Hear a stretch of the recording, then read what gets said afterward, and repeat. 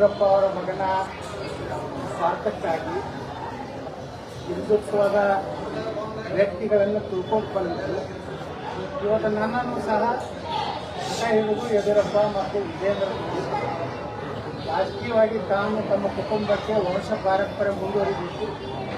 ಈ ರಾಜ್ಯದಲ್ಲಿ ಯಡಿಯೂರಪ್ಪ ನಂತರ ವಿಜೇಂದ್ರ ನಂತರ ಅವನ ಮಗನ ನಂತರ ಅವನ ಮಗ ಈ ಸಂಸ್ಕೃತಿ ತರಬೇಕಂತ ಹೇಳಿ ಇವತ್ತು ಈ ರೀತಿ ನಮ್ಮನ್ನೆಲ್ಲ ತಿಳಿಯುವಂಥ ಕೆಲಸ ನಾಡಿನಲ್ಲಿ ನಡೆದು ನಾವು ಇನ್ನೂ ಆದ್ರೂ ಹೈಕಮಾಂಡ್ಗೆ ವಿನಂತಿ ಪೂರ್ವಕ ಕೇಳ್ಬೋದಂದ್ರೆ ನೀವು ವಂಶ ಪಾರಂಪರ್ಯ ವಿರೋಧ ಇದ್ದೀರಿ, ಭ್ರಷ್ಟಾಚಾರದ ವಿರೋಧ ಈ ಪಕ್ಷದ ಜೊತೆಗೆ ಹೊಂದಾಣಿಕೆ ಇದ್ದೀರಿ ಅನ್ನೋಂಥ ನಾಯಕರನ್ನ ತೆಗೆದು ಹಾಕಲಿಕ್ಕೆ ರಾಜ್ಯದ ಜನ ಭಾರತೀಯ ಜನತಾ ಪಾರ್ಟಿ ಮೇಲೆ ವಿಶ್ವಾಸ ಹೋಗ್ತದೆ. ಮುಂದಿನ ಅವಧಿಗೆ ವಿಜಯೇಂದ್ರನ್ನ ನೀವು ಮುಂದುವರಿಸುವಾಗ ಅವನೇ ಮುಂದಿನ ಮುಖ್ಯಮಂತ್ರಿ ಅಂತ ನೀವು ಏನಾದರೂ ಕೇಂದ್ರ ಹೈಕಮಾಂಡ್ ನಿರ್ಣಯ ಮಾಡಿದರೆ ಈ ರಾಜ್ಯದ ಜನ ಒಂದು ಹೊಸ ಭವಿಷ್ಯವನ್ನು ನೋಡ್ಕೊಳ್ಳಿಕ್ಕೆ ರಾಜ್ಯದ ಅಭಿವೃದ್ಧಿಗಾಗಿ ಪ್ರಾಮಾಣಿಕ ಭ್ರಷ್ಟಾಚಾರ ರಹಿತ ಸನಾತನ ಧರ್ಮವನ್ನು ರಕ್ಷಣೆ ಮಾಡುವಂಥವ್ರು ಅನಿವಾರ್ಯವಾಗಿ ಒಂದು ಗಟ್ಟಿಯಾದಂಥ ನಿರ್ಣಯವನ್ನು ತೆಗೆದುಕೊಳ್ಳುವಂಥ ಕಾಲ ಬರ್ತದೆ. ಯಾಕಂದರೆ ಹೊಸ ವರ್ಷದ ಹೊಸ ಸಂದೇಶನ ಕೊಡ್ಲಿಕ್ಕೆ ಬಯಸ್ತಾ ಇದ್ದೀನಿ. ಏನು ನರೇಂದ್ರ ಮೋದಿ ಅವರು ಪ್ರತಿಯೊಂದು ಭಾಷಣದಲ್ಲಿ ಹೇಳ್ತಾರೆ ವಂಶ ಪಾರಂಪರ್ಯ ಭ್ರಷ್ಟಾಚಾರ ಹೊಂದಾಣಿಕೆ ನಮ್ಮ ಪಕ್ಷದಲ್ಲಿ ಇಲ್ಲ. ಆದರೆ ಕರ್ನಾಟಕ ಇದೇನು ಆರ್ಟಿಕಲ್ 370 ಲಾಗು ಆಗಿದೆ. ಕಾಶ್ಮೀರ ತೆಗೆದಾಗ ಕರ್ನಾಟಕದಲ್ಲಿ ಏನಾದರೂ ಲಾಗು ಆಗಿದೆಯಾ? ಕಾಶ್ಮೀರದಲ್ಲಿ ಎಂದೂ ಸೂರ್ಯಚಂದ್ರವರಿಗೆ ಅದು ಹೋಗುವುದಿಲ್ಲ ಅಂತ ಹೇಳಿ ಹೇಳ್ತದೆ. ಕಾಶ್ಮೀರದಲ್ಲಿರುವಂಥ ನಮ್ಮ ದೇಶ ವಿರೋಧಿ ಕರ್ನಾಟಕದಲ್ಲಿ ಇವ್ರು ಯಾಕೆ ನಮ್ಮ ತೆರೆ ಮೇಲೆ ಹೇಳ್ತಾ ಇದ್ದೀರಿ? ವಿಜೇಂದ್ರ ಒಬ್ಬ ಮಹಾಭ್ರಷ್ಟ. ಇವನ ಕಾಲಕ್ಕೆ ಯಡಿಯೂರಪ್ಪ ಜೈಲಿಗೆ ಹೋಗಿದ್ರು.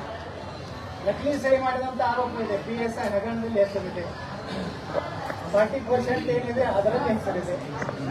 ಸಾಕಷ್ಟು ಹಗರಣಗಳನ್ನು ಮಾಡಿದಂಥ ಒಂದು ಕುಟುಂಬವನ್ನು ಮುಂದುವರಿಸುವುದಾದರೆ ಈ ನಾಡಿನ ಹಿಂದೂ ಕಾರ್ಯಕರ್ತರು ಹಿಂದೂ ಜನತೆ ಒಂದು ನಿರ್ಣಯ ತಗೋಬೇಕಾಗ್ತದೆ. ಅದು ಇವತ್ತಿನಿಂದಲೇ ಜನಜಾಗೃತಿ ಪ್ರಾರಂಭ ಮಾಡ್ತೀವಿ.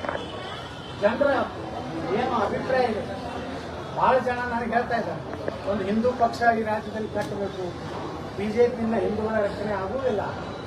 ಯಾಕಂದ್ರೆ ಈಗ ಈ ರಾಜ್ಯದಲ್ಲಿ ನಡೆದಂಥ ಒಂದು ಯಡಿಯೂರಪ್ಪ ಮುಖ್ಯಮಂತ್ರಿ ಇದ್ದಾಗ ಬೆಂಗಳೂರು ಘಟನೆ ಇರ್ಬೋದು, ಹುಬ್ಬಳ್ಳಿ ಘಟನೆ ಇರ್ಬೋದು, ಶಿವಮೊಗ್ಗ ಘಟನೆ ಇರ್ಬೋದು, ಸ್ವತಃ ಶಿವಮೊಗ್ಗ ಜಿಲ್ಲೆ ಹಿಂದೂ ಕಾರ್ಯಕರ್ತರ ಹತ್ಯೆ ಆದರೂ ಸಹ ಒಂದು ಕಡೆನೂ ಎನ್ಕೌಂಟರ್ ಮಾಡುವಂಥ ಧೈರ್ಯ ತೋರಿಸಲಿಲ್ಲ.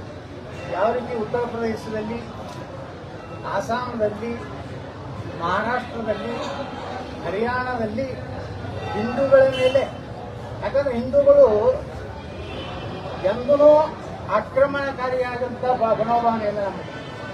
ನಾವೆಲ್ಲ ಸಹ ಮಾಡ್ಕೊಂಡು ಬಂದಿದ್ದೀವಿ. ಅವ್ರ ಕೆಲವು ಇತರೆ ಗಣಪತಿ ಮೇಲೆ ಅವರು ಹಿಂದೂಗಳ ಹಾಡುಗಳನ್ನು ಹಚ್ಚೋದಕ್ಕೆ ವಿರೋಧ ಮಾಡ್ತಾರೆ.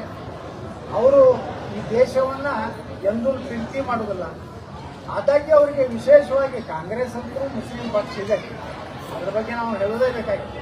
ಅದು ಬಿಜೆಪಿ ಹಿಂದೂ ಪಕ್ಷ ಆಗಬೇಕಂದ್ರೆ ಈ ರಾಜ್ಯದ ಜನ ಮತ್ತೊಂದು ಐತಿಹಾಸಿಕ ನಿರ್ಣಯ ಆಗ್ತದೆ.